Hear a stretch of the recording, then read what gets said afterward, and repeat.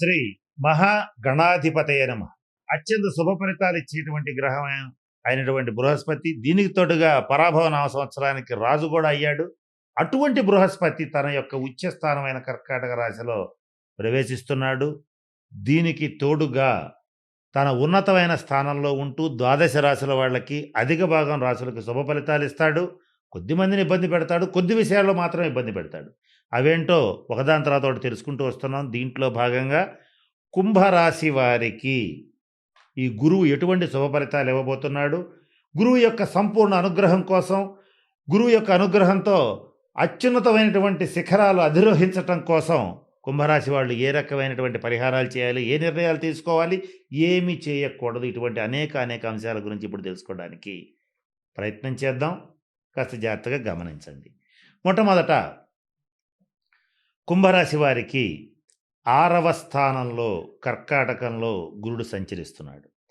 అయితే ఇక్కడ మనం గమనించవలసిన అంశం ఏంటంటే, కుంభరాశిలోనే రాహు ఉన్నాడు, సప్తమ రాశిలో కేతు ఉన్నాడు. కరువులు అధిక మాసంలాగా గోచార రీత్యా కొన్ని నెలలుగా ఈ కాలసర్పదోషం అనేటువంటిది ప్రపంచానికే పట్టింది. కుంభరాశి వాళ్ళకి ఇంకా బాగా ఎక్కువగా ఉంది. అలాగే దీనికి తోడు ఏలినాటి శని కూడా ఇబ్బంది పెడుతోంది. ఇన్నిటి మధ్యలో గురుబలం లేకపోవడం వల్ల కుంభరాశి వాళ్ళు అనేక ఇబ్బందులకి గురయ్యి మొండిగా వచ్చినటువంటి సమస్యలని అధిగమిస్తూ వస్తున్నారు. వాటి నుంచి మీకు విముక్తి పొందేటువంటి టైం వచ్చేసింది. అది జూన్ 2, 2026 నుంచి గురుబలం మీకు పెరగబోతోంది. ఇక్కడ గురుడు ఉచ్చస్థానంలోకి రావడం వల్లే గురుబలం పెరగదు. ఈ సంవత్సరానికి రాజు కూడా గురుడు. అంటే అర్థం ఏంటంటే, ఈ సంవత్సరాన్ని పరాభవన సంవత్సరాన్ని పరిపాలించేది గురుడు. అటువంటి గురుడు ఉచ్చస్థితికి వెళ్ళడం అనేటువంటిది చాలా అదృష్టదాయకమైనటువంటి విషయం. దీనివల్ల కుంభరాశి వాళ్ళకి ఎలా ఉంటుంది అనేది మనం గమనిద్దాం. మొట్టమొదట కుంభరాశి వాళ్ళు ఏ ఉద్యోగం చేస్తున్నా సరే మంచి ప్రమోషన్లతో కూడినటువంటి ట్రాన్స్ఫర్స్ రావటం అనేది తథ్యం. ఇది ప్రభుత్వ రంగం కావచ్చు, ప్రైవేట్ రంగం కావచ్చు, ఏదైనా సరే, గవర్నమెంటు, ప్రైవేటు, ఏ సెక్టర్లో అయినా సరే ప్రమోషన్స్ ఖాయం, శాలరీ హైక్ కూడా ఖాయమే.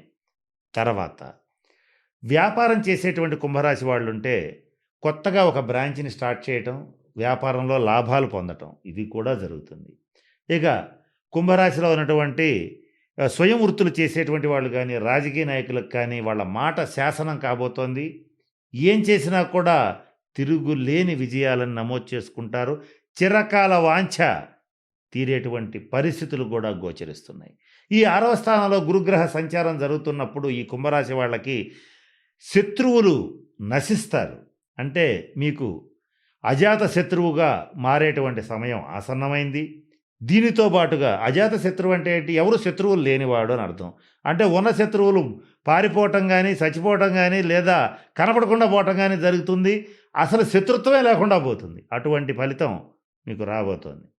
అట్లాగే రుణాలు, అప్పులు తీర్చుకునేందుకు సువర్ణ అవకాశాలు పరిపూర్తిగా లభించబోతున్నాయి. వీటిని వచ్చిన అవకాశాలను వచ్చినట్టుగా ఏమాత్రం ఆలోచించకుండా వినియోగించుకుని రుణాలన్నీ తీర్చుకోగలుగుతారు. అలాగే రోగగ్రస్తులైనటువంటి వారు, దీర్ఘరోగులు ఎవరైతే ఉంటారో వాళ్ళకు కూడా చాలా ఉపశమనం లభించబోతోంది. అంటే శరీరంలో రోగ బాధ తగ్గుతుంది. సహజ సిద్ధంగానే కుంభరాశి వారికి జన్మరాహు ప్రభావరీత్యా కానీ, ద్వితీయ శని అంటే ఏలినాటి శని ప్రభావరీత్యా కానీ ఉదర సంబంధమైన వ్యాధులు, కీళ్ల నొప్పులు, అజీర్తి, ఇండైజెషన్, గ్యాస్ ట్రబులు, అలాగే అంతుపట్టని వ్యాధులు, ఆ పేరు కూడా పెట్టలేనటువంటి ఇబ్బందులు అనేకం కుంభరాశి వాళ్ళు కొన్ని సంవత్సరాలుగా ఇబ్బంది పడుతున్నారు. వాళ్ళలో కూడా ఎవరైతే 30 సంవత్సరాలు దాటి 60 సంవత్సరాల మధ్యలో ఉన్నటువంటి కుంభరాశి వాళ్ళు ఉంటారో వాళ్ళు ఎక్కువగా అనారోగ్యం పాలవుతుంటారు. దీనికి కారణం వేరే ఉంది. ఏలినాటి శని అనేటువంటిది జీవితంలో 3 సార్లు వస్తుంది. ఆ సంచార రీత్యా కూడా కొన్ని చెప్పవలసి ఉంటుంది.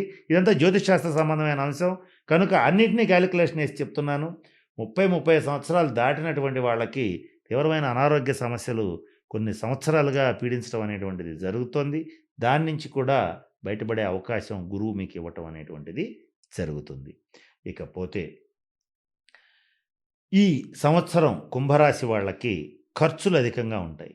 కనుక అంటే నూతన గుర్తుపెట్టుకోండి కుంభరాశి వాళ్ళు రాసి పెట్టుకోండి, మైండ్‌లో పెట్టుకోండి. లేదా తెలిసిన వాళ్ళకి చెప్పండి. ఎట్లైనా సరే ఖచ్చితంగా గుర్తుపెట్టుకోవాల్సిన అంశం ఏంటంటే, ఈ సంవత్సరం నూతన వజ్ర, సువర్ణ ఆభరణ ప్రాప్తి కలుగుతుంది. మరి బంగారం రేట్ అంతుంది గదా! అంటే మీ ఆర్థిక స్తోమతకి తగ్గట్టుగా, మీ జాతకానికి తగ్గట్టుగా అంత కొనుగోలు చేసి తీరటం అనేటువంటిది ఖచ్చితంగా జరుగుతుంది. రెండో అంశం ఏంటంటే, ఇది గూడా చాలా ముఖ్యంగా మీరు గుర్తుపెట్టుకోవాలి. ఎవరైతే సొంత ఇంటి కలని కోరుకుంటారో, అలాగే ఎవరైతే ఈ కుంభరాశి వాళ్ళు ఆహ్, కొంత పొలం కొనుక్కోవాలనుకుంటారో, స్థలం కొనుక్కోవాలనుకుంటారో, ప్లాట్ కొనుక్కోవాలనుకుంటారో, అది ఖచ్చితంగా ఈ సంవత్సరం గురువు జూన్ 2న ప్రవేశించిన దగ్గర నుంచి సంవత్సరం లోపల జరిగి తీరుతుంది. ఇది నిర్వివాదమైన అంశం. దీని గురించి ఆలోచించాల్సిన అవసరం లేదు. ఇది తథ్యం. అట్లాగే ఈ కుంభరాశి వాళ్ళకి ఖర్చులు అధికంగా గూడా ఉంటాయి. కారణం ఏంటంటే ఏలినాటి శని, రాహుకేతువుల ప్రభావం వల్ల పనుల్లో ఆటంకాలొస్తుంటాయి. ప్రతిదీ గూడా అంత సాఫీగా సాగదు.